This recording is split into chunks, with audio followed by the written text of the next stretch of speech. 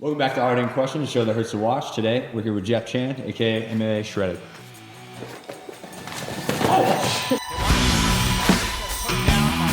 forward, your left leg forward. Jeff Chan kicking you.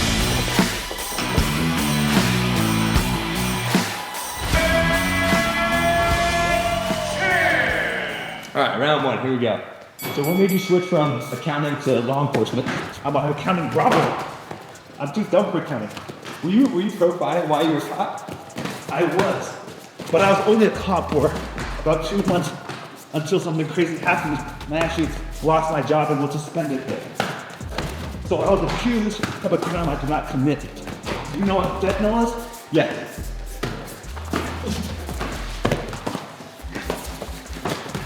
So I was renting out my condo to an acquaintance of mine and he was shipping fentanyl to my house. And so I was arrested and actually put under house arrest for 2.5 years. That's when I actually started my channel. Did you get caught up? So he used my condo in my name to send fentanyl to my house. They had zero evidence on me, but somehow they were able to turn my life upside down. And while I was under house arrest, I actually blew up my channel because I put all my eggs in one guy. So do you think police officers get the right training in combat? No, the trains, definitely not. Well, I'm not trained jujitsu like the Gracies. Oh shit. You think at least the armed forces gets Absolutely. If you're in the military, depends where. for Canada's oh shit. Armed forces, how long is their hand-to-hand combat training? Armed forces, I'm not sure, but I know a Special Force soldier who trained as an Navy.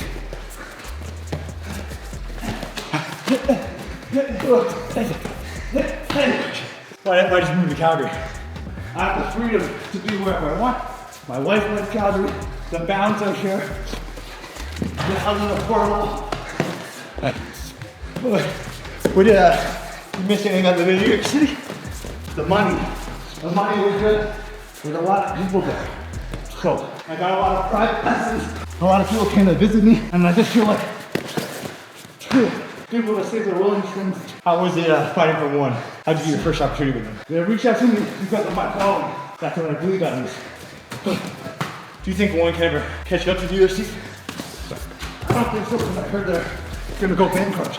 If you were CEO of one, how would you bridge the gap? Well, I would try to host more events in the States, which is what they're trying, but they're not successful because probably they keep the fighters not so well. What's your internal dialogue in your head like where you lose a fight? When I lose the fight, No, when you're losing mid-round, what do you tell yourself? I just try to not get hit and try to play. What's your biggest passion outside fighting? Creating art. I don't even like fighting. I like to create art. So when I'm sparring, I'm not looking to win or lose. I'm looking to create art. Trying to make cool exchanges. Why do you still fight if you don't even? I don't fight. I create content. This is a long round. I'm calling it. So wait, did you have the blood on your ear? Did you just drain? No, it got cut. What does draining cauliflower feel like? Once you drain it once, if you don't let it fully heal and you just touch it, it's gonna blow back up. So you gotta suck it in. And then you touch it again, it blows back up. So because I never let it rest, that's why it looks all funny because it blows up, you suck it, but there's still some blood left in it. Then you tap it again, it blows up again, and you just suck it again. So it's a cycle until it fully heals. I think one of the most common and hardest things is wrestling when you're injured. Does draining cauliflower ear suck more than weight cutting? Definitely not. Wait, the cauliflower ear is easy. It's not. Doesn't hurt. No. Okay. Here we go, round two. What's the most useless martial art for street fighting? Actually, Tai Chi, why is that? just to keep the action apart. What about Krav Maga? I think it's effective. The only thing that they're missing is a lack of practical application. What's one comment that really gets you going? So if I spar light control, I control the pussy. If I do hard sparring, I have CTE. So you can never make them happy. Do you think you have CTE? I think my memory has slowed it down, but I don't think I have CTE.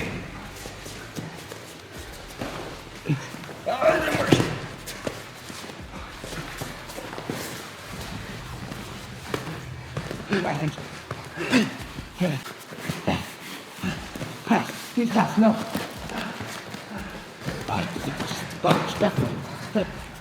If you're YouTube, you kind of got wiped. You keep one video. The video where I went to New York and I asked people to try to punch me in the head. You got a lot of beginners in that video, right? All beginners. But the problem, the sparring you people is not an issue.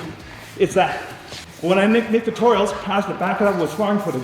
And if I learn a new move, I can't try it on good guys. I have to try it on people who are not so good. That's how you get better. Before you bench 200 pounds, you got bench with the bar.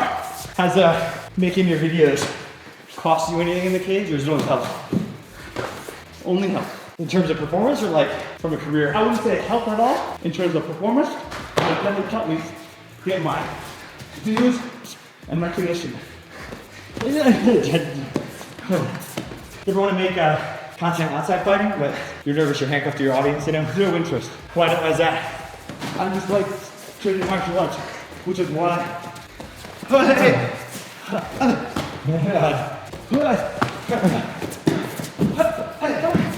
is the purpose, like the hard spar ratio? The heart of the body likes the head.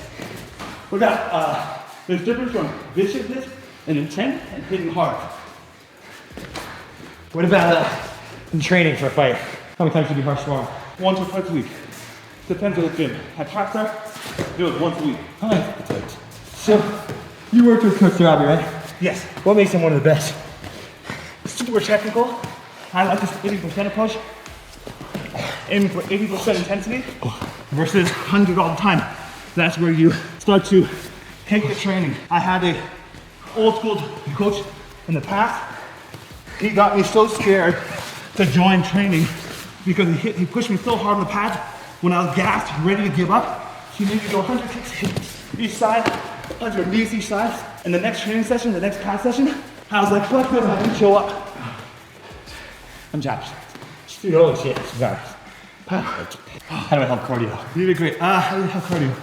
Spar more. But the truth is, my cardio is actually not that good. I'm just able to control my breathing, control my movement, because I'm experienced with the sparring. But if you hold pads for me right now, and you told me to hit hard, I'll gas out probably before you. Do you think running actually helps, or is it a different kind of gas tank? You know what? I used to run just because I was told I should run. I'm not sure how much it helps. I never actually experienced the difference. I just kind of ran because I was told to. But I haven't ran in ages, and I think my cardio is just the same as it was before. How were you running for your pro fights? Like, what was your conditioning camp look like? I would run for an hour at a medium pace. I'd say I'd get most of my training through the hard sparring, the cardio, the hard sparring, pad work, bag work, and just doing it every day. I believe that in the most humble way I say it, I believe I have the skills to make it to the top. I just don't have the commitment, the drive, the ambition. And Matt Floyd has said something similar. He's like, the reason why I'm at the top is because he's just been doing it for so long. It's just, how much are you willing to sacrifice your brain and your body and your time? The mental thing, that's hard. Do you agree that anyone can come and be a pro fighter no matter the athletic ability, assuming they have the mental? Absolutely. I turned pro as a white belt in jiu-jitsu. Way back, they didn't even have amateur, right? There's guys like Ryan Hall and those old school guys who there were no fights. Their first fight was a pro fight. Matt Holloway learned how to fight apparently, I don't really believe this, but apparently through playing the UFC game. I was going to ask you that. How do you get into the UFC? I don't understand that. He's using his own character. Right? I'm going to throw my inside low kick at you, okay? A very common attack is the cross, right? I'm going to back step right this foot. So if you throw a high kick or knee right now, I can easily lean back. How do we defend high kicks? We pull back. But if I were to play boxing style hitting with inside low kick, step the cross, I'll get away with it once or twice, then you're going to start catching me. I don't know exactly what Dom Cruz, but I disengage. I'm always on the outside. And when I punch, I don't throw my cross head on center. Because if my head is this close, when you throw a punch at me, I can't react to you because I'm so close to you. I throw my cross like this, now throw it to me. Now I can simply react, throw that up. I can use my peripheral vision to see because I'm simply further. I'm always controlling the distance. All right, round 3. You've been the most scared to spar. You're the king. How did that go with him? He beat the crap out of me. Wait, did he hit you the hardest out of everyone doing? No, but he's just a tough dude. He dropped me about 2-3 times, and I even knew ahead of time before sparring him, if he goes hard on me, I'm gonna try to just survive, and I'm not gonna try to match his pace because I can't handle this power, this cardio. If you forgot everything today, how long would you think you get good at that? But the question is deeper than that. Yeah. It depends if I can rely on my instinct because I might forget everything, but my body, just like muscle memory, right? You might stop working out, lift the weights, but you can still build it back quicker because your body has that muscle memory. So you're saying it's just my mental thing or my movement? You lose the instincts, everything. You gotta be, would it take you just as long? I would say just as long if I literally survived. Would you train him differently with the knowledge you have now? Yes, if I could restart, I wish I started with karate, develop that flexibility and mobility. What's the most underrated form of training you get? Light sparring. Although it's becoming more popular as high level guys do it. What percent constitutes light sparring? Depends on the person. Light sparring is different than touch sparring. We're touch sparring, but light sparring, I can get to my 50%, but you might think that's your 20%, right? What percentage counts as hard sparring? 80? Again, depends on the person. There's a bunch of meatheads who might go there 90% and they'll be like, ah, this is light, this is a joke. Whereas 50% to me is already harder than what I usually do. Is there ever a reason to be going 100% in training in terms of sparring? No, I don't think so. When you're trying to prove a point, that's really it. How do you train mental toughness? You don't, you have it. So, if you're hungry for ambition, I used to be a lot more tougher because I wanted to fight. Now, I'm not tough because I don't care about fighting. When did you realize you had mental toughness?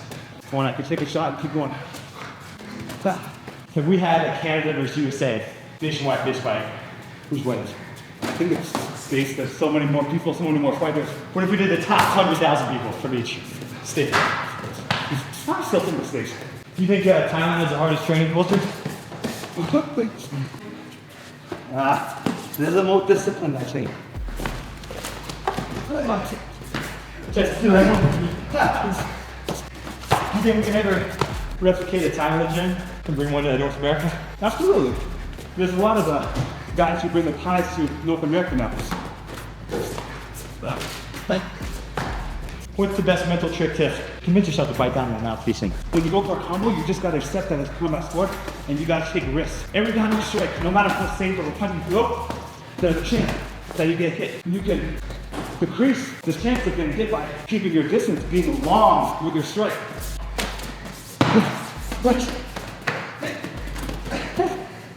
Can we stand up day one time in the center? Let's do it. Rule is, can move our property. Let's do it. Ready, good, one, go.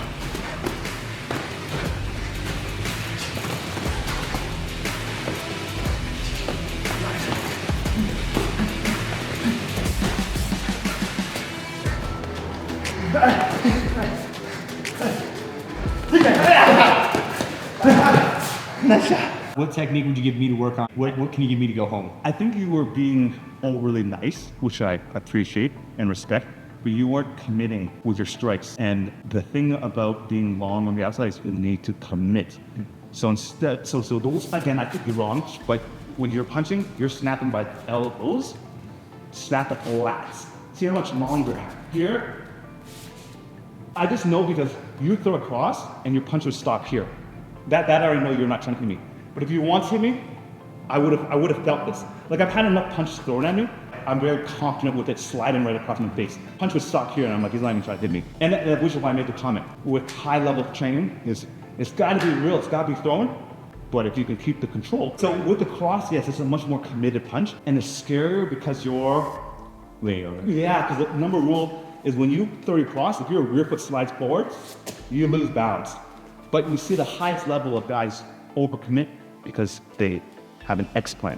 All right, if you know the rules, you can break the rules. When we throw our jab, I can commit, I can still pull back. But if I throw my cross, I lose balance. But one of my favorite exits is I overcommit and exit out with a look. I only see you do that. Go watch a lot of Dutch fighters. When they throw the hook, they step. I just go. Now push up and jump and kick. What? Wait, that way? Yeah, do it again. Hook and step. Boom. No, go slow. Hook and step with your right leg. Good. Now lift your left leg up. Now jump and kick with your right leg. Oh, like that. Okay, what's that? Yes. Look how far I am. Do you think I can kick you from here? No. Stay here. Oh, wow. Right down here to close that distance. So I just took it and turned it into an MMA thing. All right. Here we go. What are you working towards these days? What's your end goal? I'm starting a new program for solo trainers They're all for heavy bag or shadow boxing. So I actually just set up a home gym at my place, and that's what I've been having fun doing. Who's your favorite guy to mimic? It used to be Dominic Cruz, but now I really like to mimic guys like Israel Adesanya. I'll tap. Sorry, it's good. No, I'm trying to hold it. Do you think we're reaching the ceiling here for a minute? I think the sport's always growing, especially with the new leg locks, the calf kicks now. I like copying Alex Pereira. What's the coolest foundation chip you made in MMA? Oh, I just tried to punch you, sorry. And honestly, there's 2 minutes to make it. There's just 2 minutes to name. I think everyone's super respectful and nice. I appreciate all the information that made in training. I'm gonna name some celebrities. Yeah. And I just want you to name solely off judging my cover. Okay. Thing fight. Keanu Reeves. I don't think so. What a dad. Cillian Murphy. Peaky Blinders. No. You know what's funny? I just started watching Peaky Blinders now, even though it's super old. Yeah, I was season you on. It's so good. I'm listening 3. Let's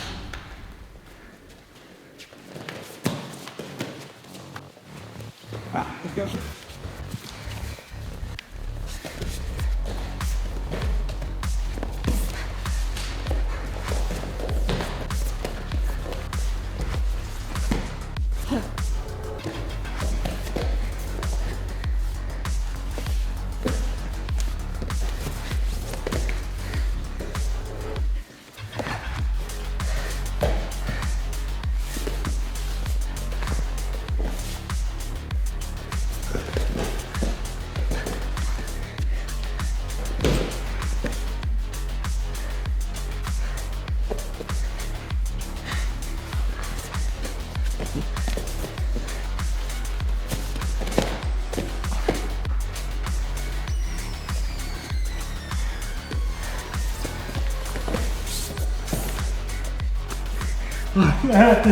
Sweet.